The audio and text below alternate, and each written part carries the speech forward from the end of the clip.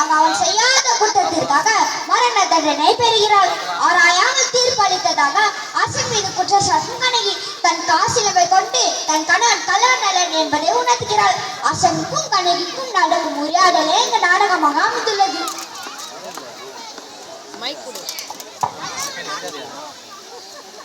ராஜாதிராஜன், ராஜகம்பீரன், ராஜமார்த்தாண்டன், ராஜகுல திலகன், பாண்டிய மன்னர் வருகிறார் வருகிறார் வருகிறார்.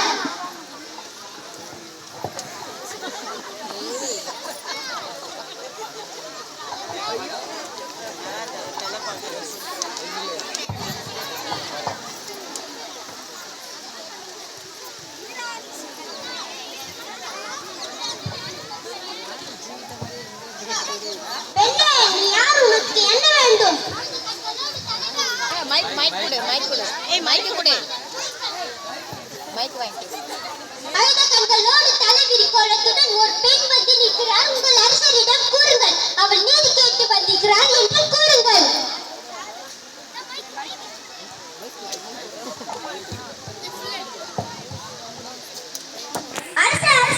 அரண்மனை வாயில் இன்னும் ஆயுத கண்களோடும் தலைவிரி கோலத்துடன் ஒரு பெண் வந்து நிற்கிறார். அப்படியா? அந்த பெண்ணுக்கு என்ன தீரமோ கேட்டாயா? கேட்டேன் மன்னவா. அதை பற்றி உங்களிடம் தான் கூற வேண்டும் என்று சொல்கிறார். அவள் உங்களிடம் நீதி கேட்க வந்திருப்பதாக கூறுகிறார். நீதி கேட்டு வந்திருக்கிறாளா? சரி, அந்த பெண்ணை உள்ளே அனுப்பு.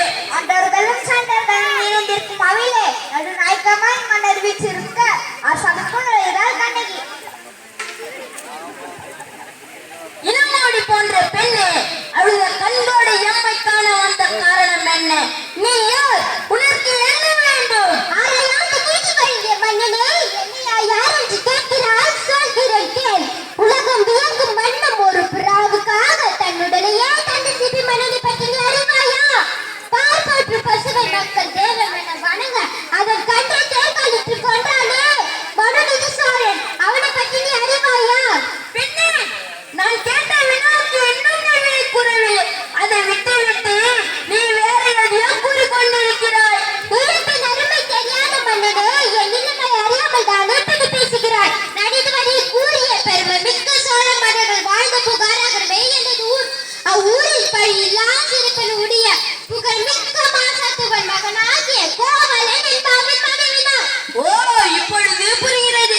அந்த கோவலனின் மனைவி ஆனே. போதும் மன்னா, என் கணவனை இகழ்வதற்கு என்ன தகுதி இருக்கிறது? ஊர்மினி பையனால் உன் ஊருக்கு வந்து என் காசிலவை விற்க வந்த என் கணவனை நீ அநியாயமாக கொண்டு விட்டாயே. நீ செய்தது தகுமா? பெண்ணே, போதும் நிறுத்து. கல்வனை கொள்வது கொடுங்கோல் என்று அட்டி ஏற்புடையது அத்தார நெறியுமாகும். இது அனைவரும் புரிந்தவர்களே. உனக்கு தெரியாதா என்ன? அறநெறி தவறிய மன்னனே, தவறிட்டவர்களை தண்டித்தல் தகுதிய மன்னனை கூறியதையும் நானும் அறிவேன். ஆனால் நீ கூறுவது போல என் கணவன் கல்வன் அல்ல. அவனிடம் இருந்த சிலம்பு அரசுக்குரிய சிலம்பன்று. அதனிடை சிலம்பு இதோ என்னிடம் உள்ளது. என் கால் சிலம்பை பல் மாணிக்க கற்களால் ஆனது. பெண்ணே, நீ சொல்வது உண்மைதானா? உண்மையாயின் அரசுக்குரிய சிலம்பு பரல் முத்துக்களால் ஆனது. ஆந்திரனின் அவைதனிலே உண்மையே உணர்த்துகிறேன். யாருங்க கோவிலிடம் இருந்த கைப்பற்றிய சிலம்பை இங்கு கொண்டு வா. சிலம்பை பெற்ற மன்னர் அதை கண்ணகியிடம் கொடுக்கிறார். பெண்ணே, இதோ உன் கணவனிடம் இருந்த கைப்பற்றிய சிலம்பு. கண்ணகி அச்சிலம்பை கையில் அடிக்கிறாள். நீதி தவறாதவன் என்று உன்னை கூறிக்கொள்ளும் மன்னனே, ஒரு தவறும் செய்யாத என் கணவனை கொன்றது உன் அரணருக்கு இருக்கு என்று இதோ மேய்ப்புகிறேன். நீங்க கண்ணகி சிலம்பை எடுத்து தலையில் போட்டு அடிக்கிறார். அதிலிருந்து மாணிக்கக்கல் ஒன்று அரசனின் முகத்தில் பட்டு தெரித்து விடுகிறது.